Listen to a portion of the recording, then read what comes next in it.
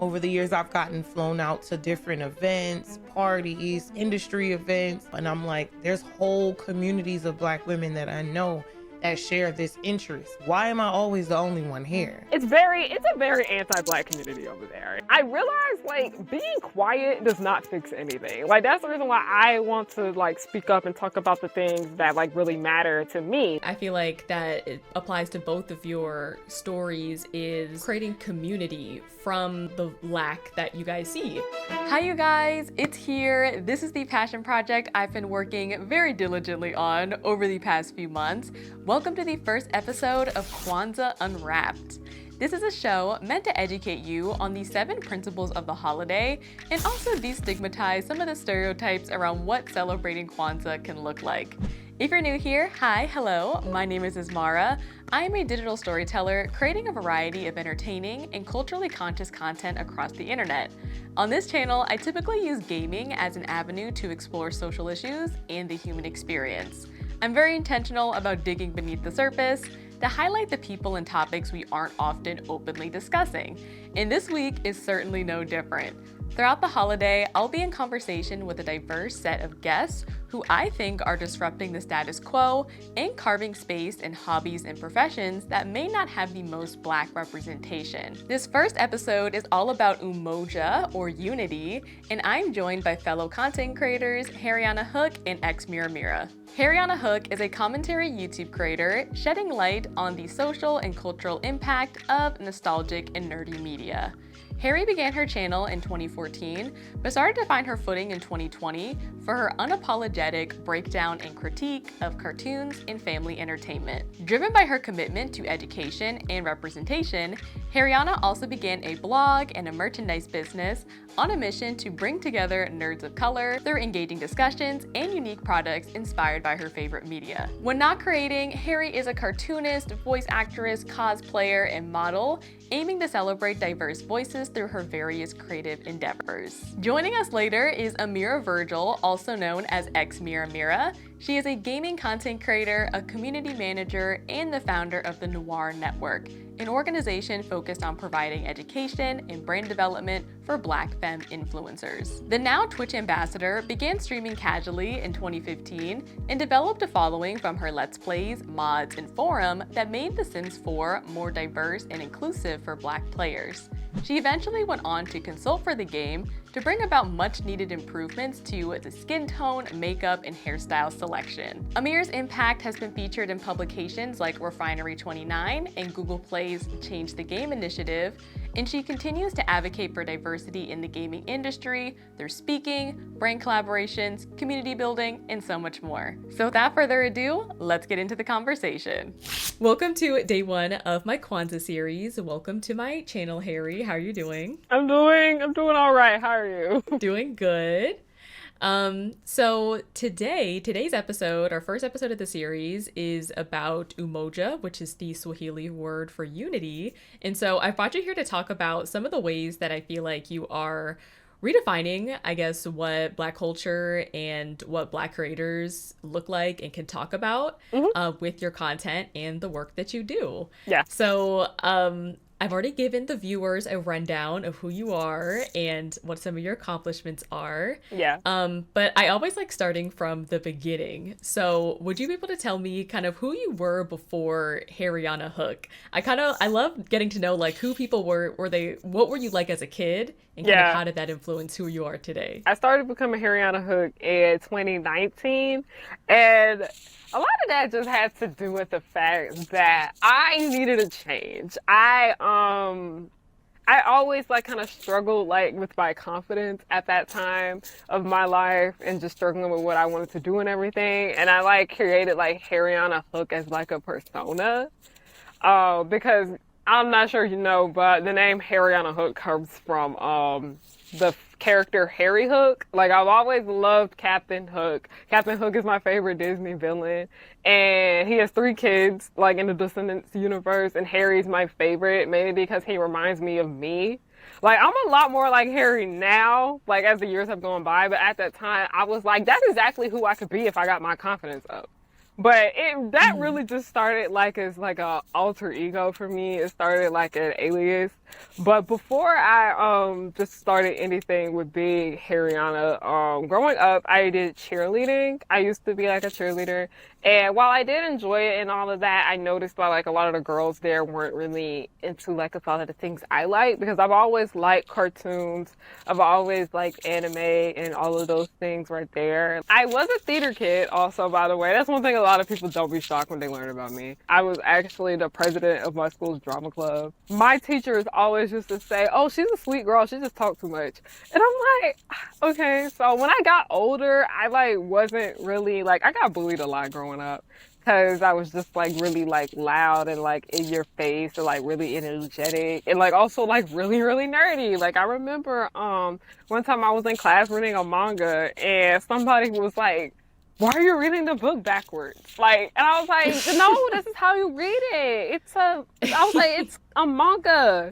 Like, you read it this way. And I would always be reading comic books and stuff like that. I would always be reading in class, and like people were kind of mean to me about that. I was really into like dolls and stuff like that. I've always loved my scene. That's my favorite doll line. I've always loved the Brats. I really did love Monster High, but like, you know how they were seen as like, oh, you're too old to be liking that.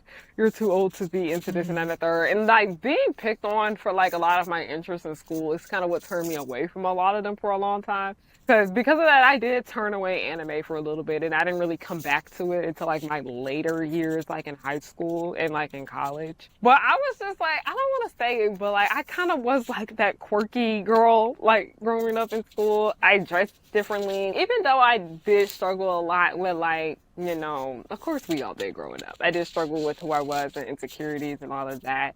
I still wanted to be authentically myself. Yeah, but like that's just, I don't want to talk about my childhood a little bit too much, but yeah, that's just a little bit about me before I became Harriyanna. I did start YouTube though when I was in high school, but I was not Harriyanna yet. So you mentioned that you kind of created Harriyanna to be kind of a more confident, more bolder kind of alter ego for yourself. Yeah. And you also, I know that you used to act, or I don't know if you still act. I know you did like stuff like in film and TV. You said you were a theater kid. Was anything related to entertainment like a part of your goals when you were a kid? Like, did you have a dream job in entertainment? How did that unfold for you? Okay. So to answer the acting question, I still do act. I do voice acting now though, because that's more so what I've always loved voice acting, but that's the thing I'm most passionate about. When I was younger, I told myself I was going to entertain, and I'm doing just that. I remember when I was younger, my teachers would always be like, you make a good talk show host. And I was just like, I'm telling you, the talkative girl, where is she now? I always knew that I wanted to have like a positive impact on people though, for sure. You've definitely sort of, made that for yourself now. So you kind of touched on this earlier, but take me back to like 2020 when you said you really dove all into Harriyanna Hook, and building your channel. So what was that experience like? Obviously we were in a pandemic, a lot of people's lives changed around that time. So what was I guess your coming up story? Okay, so like I said, we're gonna go back to 2019 first. 2019 was just a very like life changing year for me. There were a lot of ups and downs at that time. I will say this mainly because I feel like I've grown a lot since then, but growing up, I was a really big fan of Cameron Boyce. And a lot of that we were literally the same age. And you know how they talk about like parasocial relationships and all that? I was like a really big like fan of him. And he had like a very positive impact on like my life. He kind of had like that same wacky, quirky personality as I did back then. And like, you know how a lot of us like are a fan of a celebrity growing up to feel like less alone with what we're dealing with? Because I was a very lonely kid. In 2019, he passed away in the summer. And I was already dealing with a lot, like taking care of like my mom because things with her health were becoming worse. And I was like really starting to question if I really even wanted to be in theater anymore and all of that. It was just a lot of things that were just going through like my brain. But like in 2019, he passed away, and that like tore me up. Like I was like actually devastated. A lot of people were really devastated about that death. But him dying really showed me that there was a lot of work that I needed to do on my end. Like, there was a lot that I needed to work on. Like, I really needed to work on, like, my confidence. I really needed to work on just the way I viewed famous people. Because that was when like, 2019, like, after he died, that's when I realized that celebrity culture was an issue. Because I was just like, okay, I'm not trying to invalidate my own feelings towards, like, being sad about him passing away. But like also at the same time, it was kind of like a little wake up call for me. Like, okay, girl, you spend so much of your time like being like a stan and like being obsessed with famous people. You need to focus on you. Focus on what you want to do. Focus on your brand. And I noticed that I wasn't really making the type of videos I wanted to make on my channel either. Like, I was still just vlogging, and like I know a lot of people were interested in me talking about acting. I was just getting on camera talking about like my experience with working on certain shows and films and all of that. Moving back to like New Year's of 2020, that is actually when I decided to make the shift. That's exactly when I decided to change everything. And I was like, hey, I'm still the same person. The channel's not going anywhere. I have just decided that this phase of my life is done and I'm ready to move on to the next thing. Can you also talk a little bit about kind of how you started making videos about like cartoons, animation, or family entertainment? And I know you mentioned at the beginning that was an interest of yours from when you were young. Yeah. So how did you kind of how did that sort of topic become a part of your channel and like what it is today? The video that really like took off my channel in 2020 is called "It's Time to Talk About the Racism in Dan Snyder Shows." And during this time, I've always noticed, like, as I said, I've always loved, like, animation and all of that. And usually, they would air, like, the live action family entertainment shows on those same networks, like Nickelodeon and Cartoon Network. I would notice that there was a lot of, like, racist stuff within these series. And, like, not just racist stuff, but, like, misogynistic, homophobic, transphobic, like, all the isms and the phobias was in there. And one thing a lot of people don't know is that I minor in African American studies for school. So that minoring in that really opened my mind up about the way, because we talk a lot about the way Black people are portrayed in like mainstream media, and that really like opened my eyes up to that. And I remember my teacher from the semester was talking about what is a Black fictional character that y'all think is like seen to be problematic, and I said Zuri Ross from Jessie, like, and I said Zuri from Jessie, and she was like, what is this show? So I started telling her about the way Zuri was portrayed, and she was like, and she's like a little girl and they're portraying her like this, and I was like, yes, and she was like, oh, that is a mess. So I just kept thinking about this stuff. I watched these shows because they're like my comfort series and all of that. And then in the summer of 2020, I was in school. I was taking a class, and my teacher said that we can do a 3-minute presentation on anything we wanted. And I was like, you know what? I think I want to make a 3-minute presentation talking about like the racism and just family entertainment in general. And I noticed a lot of the examples I pulled from were from Dan Snyder shows. And listen, I've been clocking Dan Snyder's mess for a while, because I remember I pointed it out to my sister like years before, and I was just like, one day I'm going to wait for somebody to make a YouTube video about this. I'll just wait. But I presented the racism and family entertainment presentation to my class. They really enjoyed it. Like, they really enjoyed it, and they were like, you really opened my mind up to like so much of this stuff. Like, I did not notice this until you talked about this. And I was like, oh, thank you. Because there's like, I have book like references and all of that. I still have like a lot of like my African American studies textbooks, and those help me a lot with the videos I make. So I talked to my sister a lot about my YouTube videos, and I was like, I think I'm finally gonna make that video about the racism in Dan Snyder shows, because no one has done it. And she was like, go for it. So I took that 3-minute presentation, turned it into a 40-minute video on my channel, and I posted it, and it didn't do anything at first. It was just like, okay, it was just there. But a lot of people, the ones that did watch it, really did like it. But then something came out about Dan Snyder that summer, and then the video started getting like, the views started slowly going up, and a lot of people were talking about like the video really did help them learn a lot about like Black stereotypes that we see in our films.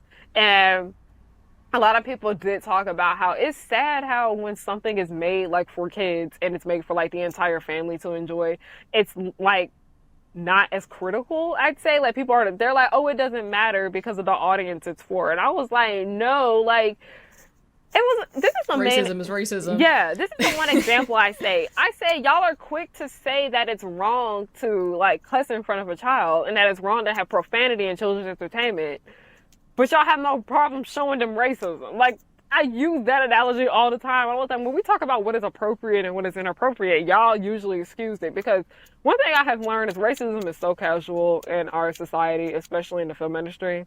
But the views slowly started going up, and then next thing you know, boom, it like blew up.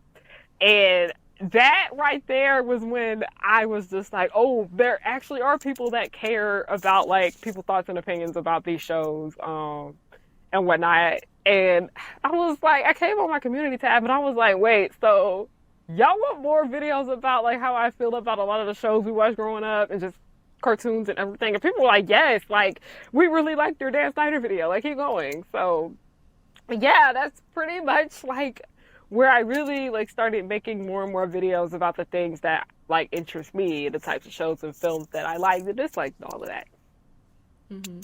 I definitely think you're starting important conversations. Like you said, a lot of people weren't talking about things like that, and I feel like you found a really interesting intersection of, you know, talking about racism, misogyny, and just, you know, a lot of societal issues, but in a way that within media that a lot of us recognize. Yeah. And I know, Amira, one of the big things that grew your career, your content creator career, is work you've done around increasing representation in The Sims. Mm-hmm. I know you started a forum.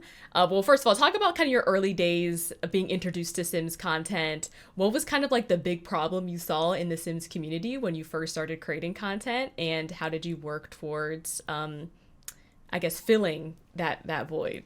I've been playing Sims since I was like 10, right? And I started on console, little girl playing on my console, playing on my GameCube.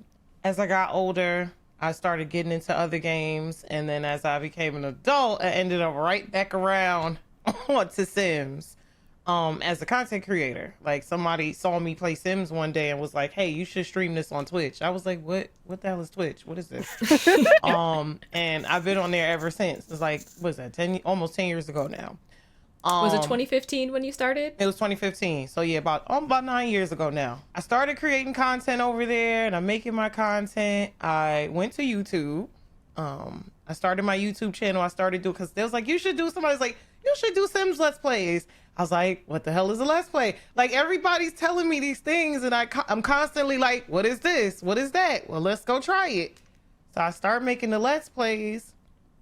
First of all, I look around and I'm not really seeing any other, with the exception of maybe one or two people, I'm not really seeing any other Black folks playing Sims, right? So I'm looking, I'm like, where are the other Black Sims folks? I'm like, this is pretty lonely in this, this directory, I guess I would say. And then as I'm creating the content, and I was like, I'll be the change I want to see. I'm gonna quote my mama right now, because she's always like, be the change you want to see, Mir. I'm like, okay. So now I'm looking at my own gameplay. I'm like, I want to make my Sims darker. And I'm like, why are the skin tones so doggone ashy? Like, when you try to, because I even had to like look at my own characters that I create from like a critical lens. I'm like, okay, a lot of the characters I make are on the lighter side. Why? I start looking, I'm like, I don't have any issues with my skin tone, because that's a whole nother conversation in itself sometimes, where people will create characters based off of their beauty ideals and what they find attractive. And it really shows online in the avatars they create, the characters they create in games like Sims. Like, you could really tell like what someone thinks, is beautiful, or someone's beauty ideals, by looking at their avatars and what they create. So I'm looking at my characters and I'm like, okay, I don't have any issues with my skin tone. Why are all my Sims on the lighter side? Skin tones are hella ashy. They're dry, they're gray. The darker you make the Sim, and I noticed that it's not just the Sims, that issue is like prevalent. Like, it's a very big gaming industry thing. And in the past, I'll say in the past like 6-7 years, it has greatly improved, because the games I'm playing now, I do not have those issues at all. But back then, oh my God, it was terrible. I think about games like Pokemon. Like, it's a couple of games where like the skin tones are just like notably not good. Kind of like You ever leave a chocolate bar out for too long and that like ashy white color it gets when the chocolate bar goes bad? Yeah, that's how dark skinned characters tend to look in video games all the time, right? And I was tired of it. In the Sims community, we have what is called CC. CC is third-party content that is user created, community creates it. When I was younger and playing Sims and I made that transition from console to PC as a kid, I discovered CC and it was like whole new world. Like I was just having all types of fun, right? But I never thought I would find myself making CC until I became an adult and realized after I looked through almost 70 pages of custom skin tones that no one had made darker skin tones with any vibrancy, with any like warm undertones. Everything was still like the ashy chocolate bar, the chocolate bar that needs to go in the garbage. I'm like, okay, what do? I hopped in Photoshop. I made some skin tones. I did some testing. I posted it on Tumblr. It was received really well. And that was where the melanin pack came from. The first melanin pack back in like 2016, 2017. Is this when you started your Black Simmer forum, or did that come shortly after? It all came in like, I want to say around the same year. It was like, I kind of all realized like, okay, people like these skin tones, and I realized we didn't have a place as Sims players to properly congregate and share our creations. Because I also realized that like online communities are racist as hell. So like you get on Reddit and the microaggressions are out of this world. People would post their Sims and people would be like, oh, their lips are too big. Their nose is too big. Their hips are too big, their butt is too big. And it's like, do y'all realize there are people that look like this in real life? And these Sims are being made based off of actual people that you're talking about right now. And I got tired of it. So I made the Black Simmer forum and I made the Black Simmer Facebook page so people could have that space to post their Sims free of microaggressions and free of racialized ignorance. Because I was so over it. I was like, yo, what is all of this talk about lips and noses and like always attacking ethnic features, always attacking African features all the time. So that was where that came from. Just that place for people to share without microaggression, but they can find the things that they wanted to. So like you're looking for bonnets, you're looking for Afro puffs, you're looking for afros, you're looking for makeup that actually works on darker skin tones, looking for dark skin tones, you're looking for African art, African American art. And it's funny now because I think back, like the Sims team actually added bonnets and stuff to the game, and it's like, yeah, we did that years before, yeah. Yeah. I did also want to ask about that because you definitely saw this void in the Sims community, Black players not be able to see themselves or create the stories that they resonate with.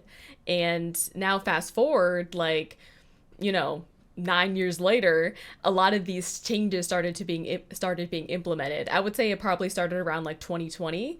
So can you tell me how you first started consulting with EA about the representation changes that you wanted to see in the game and kind of how that came into fruition in like the 2020s?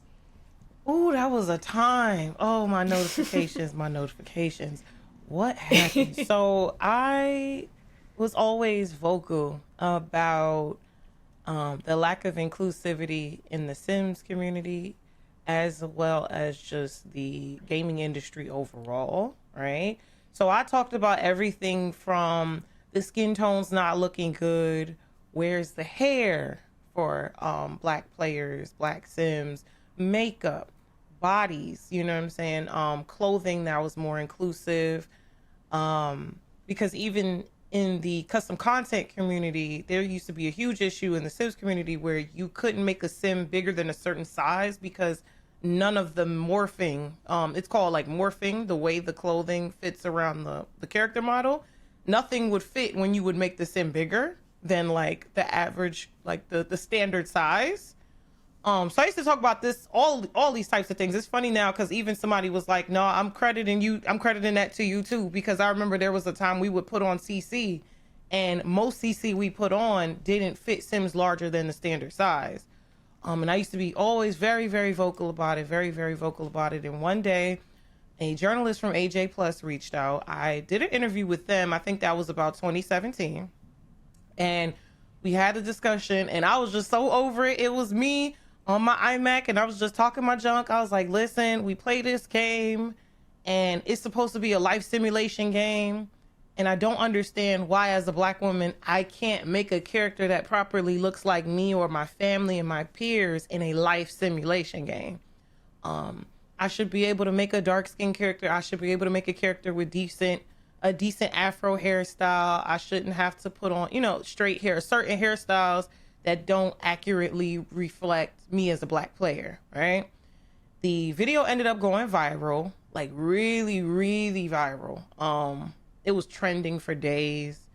The Sims team ended up reaching out, and I've been pretty much working with them on and off ever since. I became a part of their, at the time, what was called the Game Changer program. And then I looked up a few years later, and it was like, we working on the skin tones, we need feedback on hair, we need feedback. And I realized since that had initially started, they had new concept artists that was working on hair, and they had completely overhauled the Afro hairs that they had, as well as like the skin tones and things like that. When in 2020 they released, I think, over 100 skin tones of warm undertones, cool undertones, and neutral undertones for all different players to pick based off of their personal preferences. I just think it's really cool to see how like a conversation you started like very early on in the Sims community, because, or at least in the Sims 4 came out in 2014. And so for you to kind of have these conversations already like 2015, like very early on, it's just really, I feel like, empowering to see how these kind of creations started becoming real. So we have now over 100 skin tones in the base game, different makeup options, opacity sliders, different hairstyles. How does it feel to see this representation in a game that you grew up playing, that we didn't even really have this representation 5 years ago? How does it feel for you now to see like kids growing up are going to have these sort of inclusive features in the game, and they don't have to go out and download mods for that? It feels really good. It feels awesome. Like sometimes I open the Sims, like I'm a very heavily modded player. So I always say like, you can't pay me to play Sims vanilla, or you can't pay me to play this vanilla. Vanilla means just without any mods, add-ons, third-party add-ons.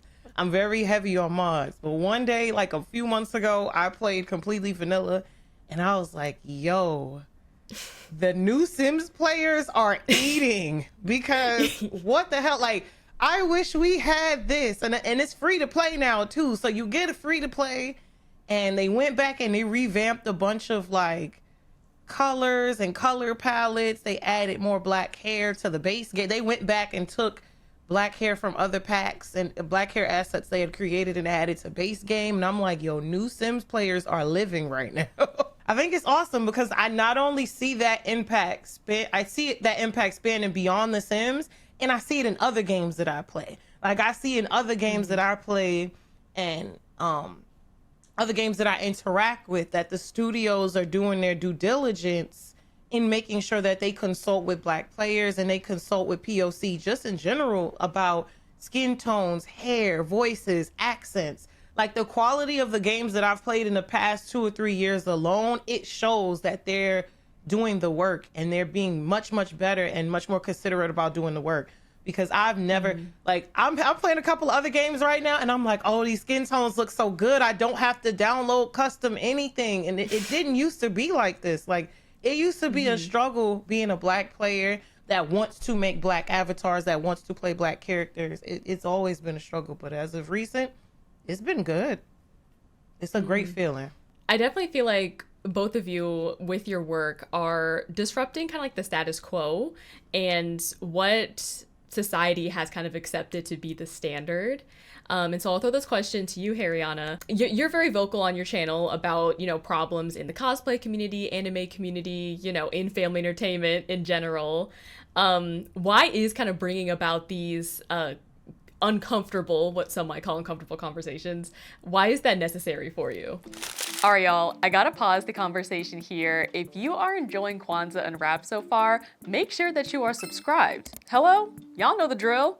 Leave a comment below. Let me know what is resonating with you. I love reading comments, so let's engage down there. And if you're feeling generous this holiday season, consider a super thanks or becoming a channel member. I actually uploaded the full uncut panel discussion with no ads for my Monarch member tier because we ended up talking way longer than I anticipated, so check that out if that interests you. A few dollars really does go a long way to help me create more of the content that you find most impactful. I'll leave more information in the description below. Now, back to the show. But I've always looked up to Black women who are very like outspoken and are not afraid to say like what is like on their mind. Like Keke Palmer was a good role model for me growing up. But I also loved Raven. Like some of Raven's opinions were not good, but yeah, but when she actually, I'd always appreciated how outspoken she was. I always like admire Black women that were not afraid to like stand up and do what was right for their community and all that. And I remember when it was time for Black History Month in school, I always picked a Black woman to do my project on. Like, that's part of the reason why I started like making the type of videos that I wanted to do, because I was just like, you have a voice, use it. But also I noticed like I do consider myself to be a part of YouTube's cartoon community, and that is a very like male dominated space. Like, beyond it being like white dominated, it's very male dominated too, because a lot of my peers, like my friends that I have made in that community, are men. We often make videos about the same shows and the same films and all of that, but I noticed that a lot of my opinions would differ from them because I would be more like, because I study like a lot, like with African American studies, you're also learning a lot about misogyny too, just as well, because that is something that deeply affects Black women. Like, literally, that's why the phrase misogynoir was created. I noticed, I was like, I really do enjoy their videos, and this is before we all became friends. I was like, I really do like these guys' videos, but there are just so many things about these shows that I want to speak about, and I see like no one's talking about them. And I was like, you know what? I'll do it. I'll speak up about these things. I remember there was one video I made about Gravity Falls, and it was about Gideon and how he was just freaking creepy, and how a lot of people just excused his behavior. And I was like, no, like what he did was wrong. He literally kidnapped Mabel. She didn't have to forgive him for doing that. Like, it would just be like a lot of shows would have like a lot of like misogynistic undertones, and it was more frustrating because the fans didn't quite understand it. I'm not trying to sound cocky or nothing like that, but like, I've always been told that like you're a very outspoken woman and you can like help people like learn and all of that. Like, you're very gifted when it comes to that. And I always told myself that if we want people to learn, because I'm really big on education, if we want people to learn, we have to find new ways to get them engaged with these things.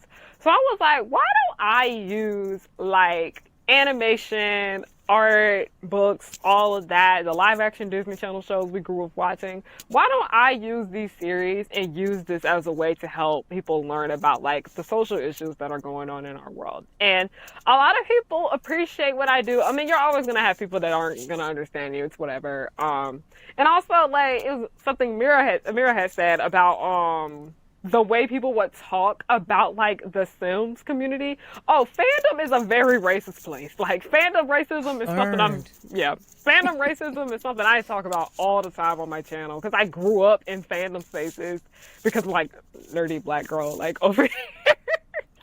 But it's just like, I realized like being quiet does not fix anything. Like, that's the reason why I want to like speak up and talk about the things that like really matter to me. Like, I don't have the privilege of being like, you know how they say ignorant is bliss? I don't have the privilege of being able to ignore these things, because like, not only am I a woman, I'm also a Black woman too on top of that. Like, I was like, those are just two things that are always going to affect my day-to-day life. And I'm not going to sit here and act like everything is okay and everything is sunshine and rainbows. Like, these are things that we really do need to learn about. These are things that we do need to talk about. And there was another issue. Listen, these communities that I be in, I want better for them, but like at the same time, I'm like, it's something new every day. The cosplay community has a bad issue with racism. Are we surprised? No. Like, fandom is a very racist place. I wrote a whole book about it. The new book comes out like in 2 weeks about fandom nonsense. It's called You Still Cannot Call Me Sis, because The white people in fandom have not learned. People always laugh at the title of the book when I tell them. This shit real. We noticed that white cosplayers would often tell, not just black cosplayers, but cosplayers of color, that y'all just ignore the hate. It's not that serious, just ignore it. And I was like, you do realize that ignoring racism fixed nothing. I was like, the reason something was able to be done about the racism that went on in our world is because black people spoke up and stood up for themselves. Like, I need y'all to go read up on the civil rights movement, please. Like nothing changes unless like the people in our community like start doing something. And sometimes I feel like I'm like, oh, a college student on YouTube, what good could I do? But it really did start to hit me that I did have like a positive impact on people. And like my main thing is just I just want people to learn from me. Like I'm like, if I helped you learn, I did my job. I've met people at in-person events, like not just like in the Atlanta area, but I've gone to like different cities in the United States, and they have all like told me, they're like, your channel has helped me so much. Like, it has helped me learn so much. I'm able to look through things through a more critical lens. I've actually started going and reading more books to learn about racism and all of that. Like, and they just, like, thank me for that. Like sometimes it does get to me a little bit, not anymore, but it did used to get to me where I'm just like, oh my gosh, people think I'm annoying because I want to talk about the issues in our world. But I'm like, no, girl, you're doing a good job. You're doing fine. People that feel that way towards you, just let them be. I just let them be. Mm-hmm. Yeah, that was a lie. I'm sorry. That was a lie. No, you're good. I was thinking like something I feel like that it applies to both of your stories is kind of creating conversations about that aren't really being had, and also kind of creating community from, you know, the lack that you guys see. I know, Harriyanna, you started your merchandise business in 2021, which you called in one of your videos like a beauty supply store for nerdy black girls. So I know you have like bonnets, do-rags, lip glosses, tracksuits, a lot of different products inspired by your favorite media. In addition to your other stuff, like you said, you have a book, Please Don't Call Me Sis, where you also write about these topics as well. Yeah. But yeah, can you tell me about like why creating that space was important to you, and kind of what community have you built sort of around this brand? It's more so like I wanted to make the things that I wasn't really like seeing out here, like for myself. Like I wanted to make lip glosses based on the stuff that I liked. And I looked up and I saw a lot of these things didn't have like their own lip glosses. And I was like, well, I'm going to add that. Like I've always loved lip gloss. That's like the main thing it first started with. But then I was like, there are also like other accessories that I don't see them making, or like the merchandise would be like very kiddie, which it makes sense why the merchandise would be very kiddie, because it's like, you know, kid stuff. So I get that. But I was like, yeah, why don't you make some of this stuff, but like for more of an older audience, like the bonnets and the do-rags and like the sunglasses, like not them kitty looking sunglasses, but more like adult sunglasses and all of that. So it really started off with the ladybug bonnet. That was like the first bonnet that I've ever made, the miraculous ladybug bonnet. Nobody was making one, but I was like, I'm gonna make a miraculous ladybug bonnet, and I did that, and it sold out right away. And I was like, oh, so people actually do, like, want this stuff. It does matter. So I started asking people, what other stuff would you guys like bonnets for? And they told me and all of that. And then I remember I did more miraculous bonnets. I made, like, the Cheetah Girls bonnets. Those were, like, a big one that people were really popular with, because the Cheetah Girls is something that a lot of, like, black women and femme-presenting people, just black people in general, really loved growing up. And seeing that there was, like, some adult merchandise for them. It's so funny, because I get on like my business Instagram, and I noticed like the community that I have on that page, where I would make like funny memes and stuff about like the things that I enjoy. But I also like do a lot of cosplays and all of that, and like even with the products that I make, and people were just like, they would like message me. It's just so nice to know that there's another black woman out here that enjoys the things that I do, because like growing up, like I mentioned earlier, a lot of the girls that I was around, because I grew up in a predominantly black area, a lot of the girls that I grew up around didn't really like a lot of the things that I like. They weren't really into anime and animation. And a lot of that has to do with just, one thing I had to learn is that the black community, they wouldn't allow a lot of us as kids to like have bigger interests. Like, they were like, no, you can't watch that. No, you can't play that. Yada, yada, yada. And that's why a lot of, like, people in our community don't start having, like, different interests till they get older. Like, finally watching anime, finally going back and watching cartoons that they never really watched, going back and playing video games that they never really got to play, reading books and all of that. A lot of people just were talking about, they were like, it's just so nice to find a creator that really enjoys a lot of the things that I like, but they also are like not going to excuse a lot of the problems that are here. Like, I'll sit here and I'll like, yeah, I appreciate Miraculous Ladybug. I'll make the bonnets and the jewelry and all that, but we're gonna talk about the problems. We're gonna address the issues here. I really oh, sorry. I feel like people feel seen with like the products that you make and also like the content that you make. Yeah, because like thinking now, like talking about like creating like safe spaces for just like Black women and Black people in general. The panels that I have hosted, there have been so many Black people that have showed up to them, and they like would come up to me at the end and they were like, I am just so thankful that you created a space for us to talk about like these issues in our works, in our community. You're one of the few people out here that's like, yeah, we can like these things, but we also need to acknowledge that there are flaws here and all of that. Sorry for going on like a little tangent. It's just it's just like me. No, I definitely think it kind of shows how you've brought people together in a way that society at large may not expect, and it helps people. I also know, Amira, we talked about your forum earlier, the Black Simmer, and how you brought Black Simmers together through custom content, mods, your Melanin Pack. But you now are the founder of the Noir Network, which is an organization geared towards like brand development and education for Black women and femme presenting people in the influencer space.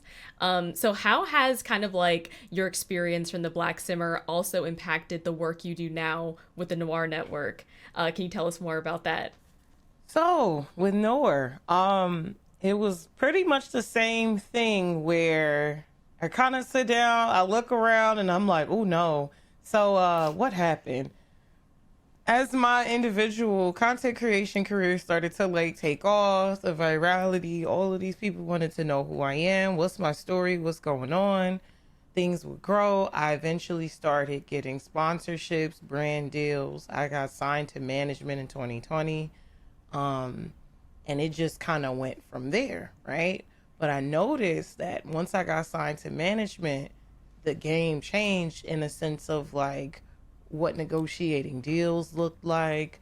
I learned how to negotiate for myself. I learned how much money content creators are supposed to make and could make, because up until that point, a lot of companies would play in our face, especially somebody who's always been what is considered a mid-sized creator. I'm not necessarily in the starter size, and I'm not necessarily a mega creator. I'm a mid-sized creator. I'm in the middle. And when you're in the middle, they teach people in marketing that we are like a marketing sweet spot. So you will have a lot of brands reach out to you and try to get you to do work for free, because you're not so small that people are not listening to you, but you're not so big that you're going to have a big budget. So they try to like hit us in the middle and try to get us to work for free or for little to nothing, right? And that was a constant issue I was always running into, where they would have a deliverables list that looked like a CVS receipt, and they would either want to pay in product, not pay at all, or only pay $200 or $300. And how many, what would be the subscriber count for a mid-sized creator, so people just understand how? I don't know if I would say a subscriber count per se, because the way algorithms are set up now, everybody's numbers are all over the place. This is just my personal metric. I would say if you go live and there's more than 100 people that show up for you, you at least you're top percent.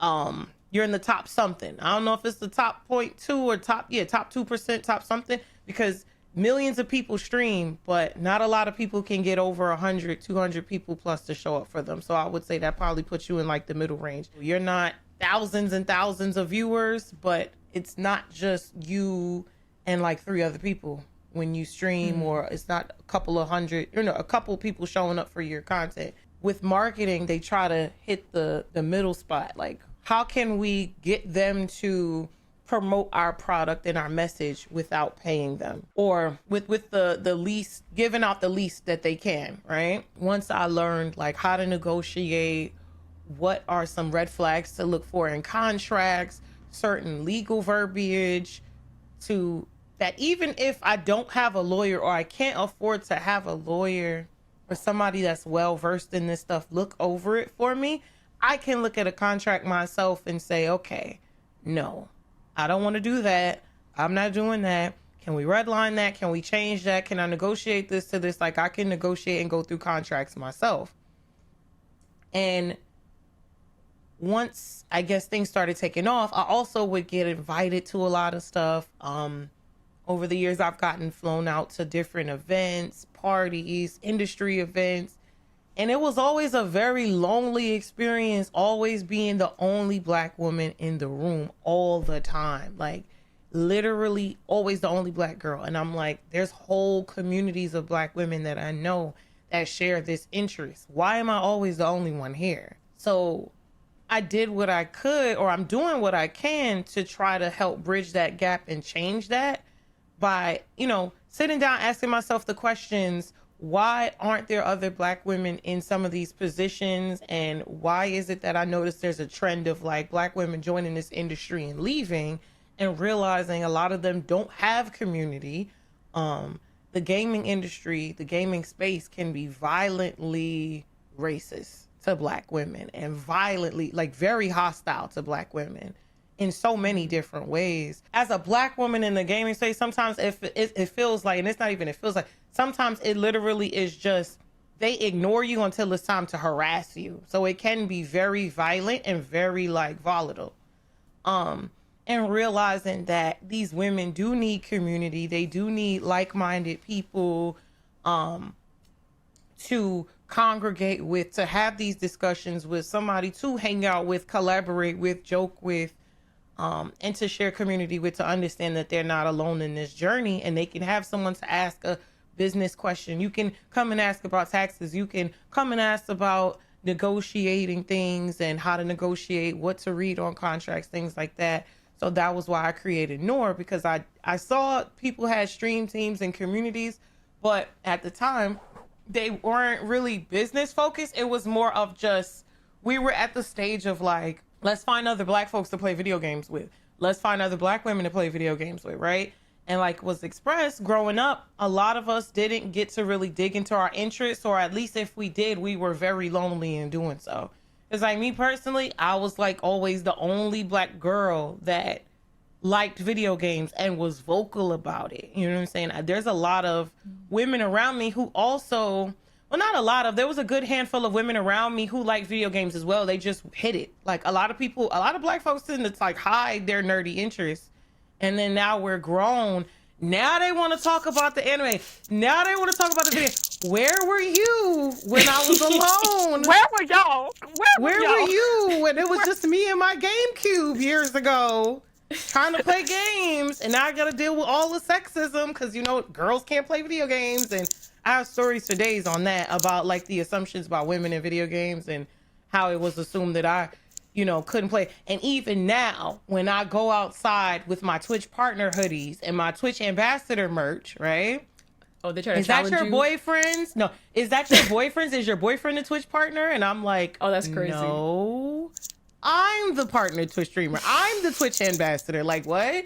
So, like, yeah, you get met with that still, even at my big age, as recent as like 28, 29 years old, still navigating, walking around the world, and people are like, is that your man's hoodie? Like, no. It was a very lonely experience. So I could only imagine as an adult, if you don't find community, you don't find it, it can be the same thing. And I'm like, no, I need to do something, because right now, a lot of these spaces I'm seeing are just about like the focus of just finding the people. But now you have the people who want to take their content to the next level, and they want longevity in the creator space. How do we help get people longevity to, how do we help people to achieve longevity in the creator space? And that was where Noir came from, because I was tired. I'm like, there's no reason why every time I turn around, they're like, come to this event, I'm going to Los Angeles, I'm over here in Beverly Hills doing this. They're like, come to this event, come to the, and I'm always the only Black woman all the time. And it still is like that with a lot of these gaming events, these creator collective invite events, and like there's people that are making, you know, steps to change it, but it's still a very lonely space for a Black woman. And so the Noir Network is kind of helping bring that sort of community and helping other people like not feel as alone. Yes, it's bringing people together. It's helping folks get paid, and it's also helping folks to get access to things that they may need. So like, I think in the first year, we were like super brand deal focused, trying to get contracts, trying to get things in order. And we had gotten people over 60K in like brand deals and money that I had on record. And then there's not to mention the other conversations and the other, it's probably at least another 200K in brand deals that I don't have on record because it was indirect, of just talking to people and helping them to negotiate and things like that. We would get people products, peripherals. I remember one year we partnered with NZXT and we got members PCs. So we got about like four members of the collective brand new PCs so they can create content on. What do you need? Who can we partner with to help you get those things? And just kind of learning what that looks like. Do you need brand deals? Do you need help with the brand deals that you're getting? Do you just need somebody to talk? Do you just need a space to collaborate and like bring things together with other Black women and femmes, or incubate? Do you need things for your setup? Do you need just, you know, and just trying to like help others and help my peers and helping them to have that longevity in the creator space and in the gaming space. Definitely. I've invited both of you guys here for a reason. I definitely think your story, Harri, about how you kind of started your channel as almost like a way to increase your confidence. Yeah. And through your channel, you have, you know, been unapologetic about your interests, your passions, racism, social issues in these spaces as well. Yeah. As well as with you, Mira, seeing a problem in the Sims community and actively like being a change for that. Whether it's through the Melanin Pack, whether it's through, you know, the literal game changing you did with The Sims, being on The Sims Sparked, which was like a game show that premiered in 2020. I obviously know you were in a book. Like y'all was out here. Black Futures? I do. Yes, I have it. Hold on, let me get that. Let me write that down. Wait. Bro, I can send it to you. Okay. Oh, wow. But I came prepared. I kind of formatted this episode, I feel like, with the idea that I feel like you guys are actively creating space for Black women to exist. And I wanted to end off with your thoughts on this quote. So Shirley Chisholm, the first Black woman to be elected to Congress, said, "If they don't give you a seat at the table, bring in a folding chair," which is why I got these earrings on. So I wanted to end out on what were your thoughts? How does this quote resonate with you today? That's a good question, actually, because I recently wrote a blog post on my website. It's called "Going Where I Am Wanted." And I used to be like that, like specifically like working in the blerd community. There's a lot. First of all skin folk ain't kin folk. Okay, learn that the hard way. But yeah, and I noticed that I have turned a lot of people off of the blerd space because I'm so focused on education. That's turned a lot of people off from me and my content.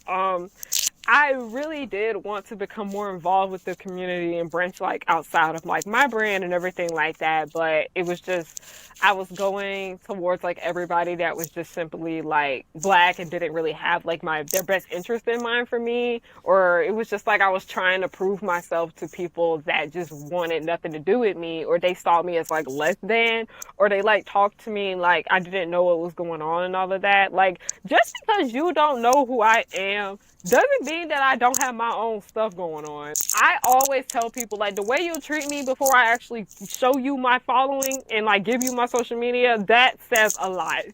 After the last year that I've dealt with just trying to like bring the chair to the folding table, bring the folding table to the chair. That's what I meant. You know, words got mixed up. Okay. I decided, remix. Yeah. After that, I was like, you know what? I'm going to go where I want it now. I told myself that stop trying to like push yourself into the environments that just don't really have your best interest in, and start going more towards people that care more so about you and your brand and not wanting to change who you are. I felt very unsafe, like, you know, bringing the chair to the table and all of that, because I'm just like, you know, all skin folk and kinfolk, all of that. I go where I'm wanted now. I feel a lot better about that. It's worked out a lot better for me. So I get where she was coming from with that, but I do think it's like, you know, make more wise choices. Like, stop trying to be with everybody and everyone. Go where you are wanted. I'll leave it on that. Yeah, that's valid. What about you, Amira? How does this quote resonate, if at all? I agree. I agree with what she's saying. It's like, I don't know. What was the quote about adding a chair? No, I'm more of the make your own damn table. Yeah. That's how I've always kind of been. Like, make your own damn table and build, because, you know, I'm not interested in fighting to be included. It's just, let's create these spaces for us and have it where we can have our peace of mind, because one of the biggest talking points, and one of the biggest things I was very loud and vocal about in the beginning, is like, you have to deal with racism and microaggressions at work, at school, when we go out into the street. I'm not coming home to my hobbies and the things that I love and have to deal with that too. This is supposed to be my escape, right? So when I log into this computer to engage in what is considered my escape and my fun, I'm not supposed to be having to deal with these things either. Like, I'm supposed to just be able to enjoy it, free from free from the nonsense. And I feel like sometimes the best way to do that is to create your own communities. And like it was expressed, go where you're wanted. Like, and it takes people sometimes a little bit longer than others. Like, sometimes it takes folks a little bit longer than others to realize that, because even in the gaming space, I see it. I see the younger Black women who enter the space and they're so eager to be included in the greater space, not realizing that space is not cultivated with you in mind. They don't care about you, you know? Watching some of these people eventually get it, eventually it'll click and realize, yeah, that's not for you. These spaces that people are creating are for you, or just understanding that even if these spaces are not for you, that sure is not for you either. And it's something that's super prevalent in nerd spaces, or just like nerds, fandoms, gaming. You watch Black people or Black women try to find their space find their community in the greater space, and constantly watching them, I don't say fall on their face, but constantly watching them endure and deal with nonsense that they don't have to. So yes, I'm of the mind of, I'm not pulling up a chair. I'm not doing any of that. I have love for her. I respect her, but no, I'm very in the mind of, like, make your own damn table. Yeah. That's always been me. That's literally what I said in that blog post. I was like, you know what? I'm gonna go make my own table, and whoever want to come, come. Right. Yeah. Thank you for sharing that. So yeah, that's all I have for you today. Thank you guys so much again for joining. Thank you. I hope you enjoyed this conversation. I know I definitely did. So many gems were dropped. I will leave links to both of these guests in the description so you can follow them and support their work. And if this kind of content resonates with you, please hit that share button and send a video link to your group chat or to someone you think would really benefit from the discussion we had here today. This is a free way that you can support me and the show. But listen, child, Kwanzaa is not over yet. I am dropping fresh episodes every day this week, so make sure that you're back here tomorrow for more. My name is Asmara, and I'll see you guys next time. Bye, everyone.